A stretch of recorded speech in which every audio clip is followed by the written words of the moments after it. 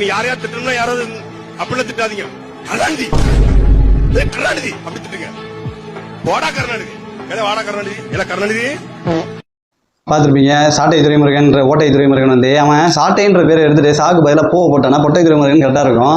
அவன் வந்து ஏற்கனவே சுட்ட உடையை தான் இப்பயும் சுட்டிருக்கான். அப்போ வந்து கருணாநிதி பற்றி பேசியிருக்கான். இப்போ வந்து நம்ம விஜய் பற்றி பேசியிருக்கேன். திட்டணும்னா போடா விஜய், போடா விஜய் மகனே, போடா விஜய், டேய் போடா விஜய், போடா விஜய், இனிமே விஜய் அப்படின்னு சொல்லி கெட்ட வார்த்தையா விஜய் பேரை வந்து யூஸ் பண்ணிக்குவான் அப்படின்ற மாதிரி பேசியிருந்தான். நான் என்ன கேட்கிறேன், வீட்லயும் அப்படிதான் பேசுவான். உன் பொண்டாட்டி திட்டும் போது அப்படிதான் திட்டுவியா? கோடி விஜய், முத்துடி விஜய், முகாரி விஜய் அப்படின்னு திட்டுவியா? உன் பசங்கிட்டையும் அப்படிதான் பேசுவியா? அதாவது இவருக்கு வந்து விஜய்ன்ற வார்த்தை கெட்ட வார்த்தையா மாறிச்சான். ஏற்கனவே அரசமாவு தான், இருந்தாலும் அவர் பூசா இருக்கிறார், வேற ஒன்றும் கிடையாது. அதே போல சீமானிட்ட போய் கேட்டிருக்காங்க, இந்த மாதிரி விஜய் வந்து சாட்டை துரைமுருகன் வந்து விமர்சனம் அதிகமாக வைக்கிறாரு அப்படின்னா, அவர் எங்க பிள்ளைகளை விமர்சனம் பண்றதுனால நாங்க பண்றோம். நாட்டில் வேற எதுவுமே நடக்கல. விஜய் வந்து இவங்களை திட்டிட்டு, விஜய் கட்சி சார்ந்தவங்க மட்டும்தான் வந்து இவங்களை திட்டுறாங்க, அதனால இவங்க திருப்பி விமர்சனம் பண்றாங்க. கொலை, கொள்ளை, பாலியல் வன்கொடுமைன்னு ஏகப்பட்டது நடக்குது. அதை பத்திலாம் பேச மாட்டாங்க. ஏன்னா பொட்டி வாங்கிட்டாங்க. அது வந்து முன்னாடி பொட்டி வாங்காம இருக்கும்போது அவங்களை பத்தி விமர்சனம் பண்ணிட்டு இருந்தாங்க. இப்போ பொட்டி அளவு அதிகமாக வாங்கிட்டாங்க. அதாவது மாசத்துக்கு 8 லட்ச ரூபா சாட்டை துரைமுருகனுக்கு, இடுப்பு கார்த்திக்கு 6 லட்ச ரூபா தராங்களாம். இப்போ இதுக்கு முன்னாடி வந்து ஒரு வீடியோக்கு 2 லட்ச ரூபா கொடுத்துருந்தாங்களாம். இப்போ மாசமான பேமெண்ட் மாதிரி கொடுத்துட்டு இருக்காங்க. அதனால வந்து விஜய் கண்டென்ட், விஜய் காலையில் 8 மணிக்கு ஏஞ்சி இது போனாரு, 9 மணிக்கு அங்கே போனாரு, நின்னாரு அப்படின்னு சொல்லிட்டு விஜய் மட்டும் தான் கண்டென்ட்டாக எடுத்து பேசிட்டு இருப்பாங்க. அதனால அவங்களுக்கு வந்து விஜய் மட்டும் தான் கண்ணுக்கு தெரிவாரு. நான் ஒரு கேள்வியை கேட்கிறேன். அரைப்பவன் ஒருவன் தாலி வாங்கி கூட, தாலிக்கு தங்க வாங்கி கூட ஒரு பொண்ணு கழுத்துல கட்ட முடியாத ஒருத்தன் அந்த பிள்ளைய கடைசி வர வச்சு வாழுவான்னு நீங்க நம்புனீங்கன்னா இது எப்படி சொல்லுங்க? அதே போல சைமன் கேட்கிறாரு, 1 பவுன் தங்கம் வாங்கி கூட ஒரு பொண்ணு கழுத்துல கட்டி அவங்களால குடும்பம் நடத்த முடியாதா? இல்ல பொண்ணை காப்பாற்ற முடியாதா? அதே போல தாய் மாமா மோதிரம் போட்டுருவேன், இது போட்டுருவேன், அது போட்டுருவேன் அப்படின்னு சொல்லி ஓவரா பேசியிருக்காப்ல. நாங்களும் அதே தாண்டா கேட்கிறோம். நீங்க வந்து ஒரு திரள்நிதி திரட்டி ஒரு கட்சி நடத்துற நீங்க நாளைக்கு நாட்டை எப்படி காப்பாற்றுவீங்க? தன் சொந்த பாக்கெட்ல இருந்து 10 ரூபாய் எடுத்து மக்களுக்கு இது வரைக்கும் எந்த செலவும் செஞ்சது கிடையாது. நீங்க எப்படா நாளைக்கு மக்களை காப்பாற்றுவீங்க? அதே தாண்டா நாங்களும் கேட்கிறோம். நீங்க கேட்கிற அதே கேள்வி தான் நாங்க கேட்கிறோம். அதுக்கு பதில் சொல்லுங்க. மைக் கிடைச்சிருச்சுன்றதுக்காக வாய்க்கு வந்ததை பேசிட்டு இருந்தா போதுமா?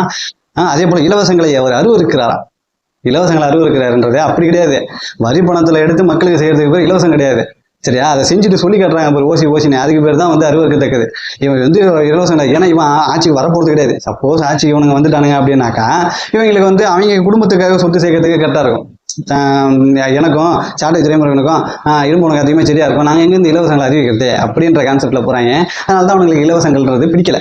சீமான் இதுக்கு முன்னாடி பேசும்போது எவனாவது பாலியல் வன்கொடுமை செஞ்சா அவன் இருந்துருவானா, அதுக்கப்புறம் பாத்துருவோமா, அப்படி இப்படின்னு ஓவரா வாய்க்கு வந்து அப்படி பேசுவான். ஒரு பய ஒரு பெண்ணை தொட்டு கற்பழித்தான், 6 வயசு பிள்ளை கற்பழித்தான், ஆட்சி அடித்தான், ஒரு பய இருக்கு. ஆனா இப்போ பாலியல் வன்கொடுமை நடக்குது, போதை கலாச்சாரங்கள் வந்து கஞ்சா போதை அப்படின்னு பயங்கரமா வெளியே நடந்துகிட்டு இருக்கு, வெட்டி கொள்றாங்க. அதை பத்திலாம் மூச்சே விடல. ஏன்னு கேட்டீங்கன்னா பொட்டி வாங்கிட்டாங்க. இவனுக்கு இப்போ எவ்வளோ பொட்டியில தான் குடும்பமே ஓடுது. அவனுக்கு திரள்நிதியில தான் ஓடிக்கிட்டு இருக்கு. இன்னும் இவனுங்கெல்லாம் வந்து ஒரு லெவலுக்கு மேலே போயிட்டானுங்கன்னா அவ்வளோதான் கையில் பிடிக்க முடியாது. இதுக்கப்புறம் 2026 அப்புறம் அவங்களுக்கு ஒன்றும் கிடையாதுன்னு வச்சுக்கோங்களேன். 2% ஓட்டு கூட கிடையாது. ஏற்கனவே அப்படித்தான் சூழ்நிலை இருந்துச்சு. விஜய் ஆதரவு தெரிவிச்சிட்டாரு, நீங்க மைக்க கையில் பிடிச்சிட்டாருன்னு சொல்லி 8% வாங்கினாங்க. இப்போ அதுவும் காணாம போகுது. இவன் சாட்டை துரைமுருகன் ஒரு மேடையில் பேச மாட்டே, தேனிக்கு வந்துட்டுண்டா, நீங்க தாவேக நிர்வாகிகள் தேனிக்கு வந்தாக்க என்ன பண்ணுவீங்கன்னு சொன்னீங்க. இப்போ நான் தேனிக்கு தாண்டா இருக்கேன் அப்படின்னு. தேனிக்கு வந்துட்டு உசுரோட திரும்ப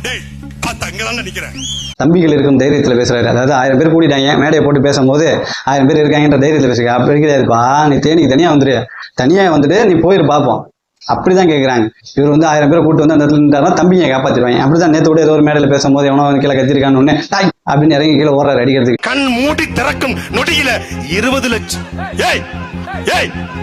பெரிய ஒரு பெரிய புடுங்கி இவரு அந்த தேர்தல் கிளம்புன்ற மேடையில பேசும்போது பாத்தீங்கன்னா நம்ம தாவேக நிர்வாகிகள் எல்லாம் வந்து அவனை பார்த்து மிரட்டிக்கிறானுங்க. வாய் பொட்டி நின்னுகிறாரு கம்முன்னு.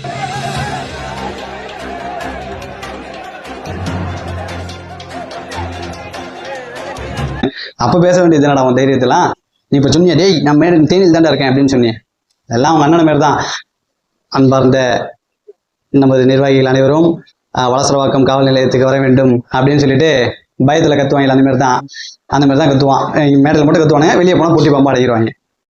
10 பேரை ஏமாத்தினாரு, 10 பேரை சீமா அவரு வந்து ஏமாத்திருக்காரு. அவன் எதை பத்தி கட்டினாலும் பேசுவாங்க. ஹிட்லரை பத்தி கட்டினா பேசுவான். முசோலினியை பத்தி முசோலினியை பொறுத்தளவுல அவரை பாத்தீங்கன்னா அவருக்கு என்னுடைய நீண்ட கால நண்பரு.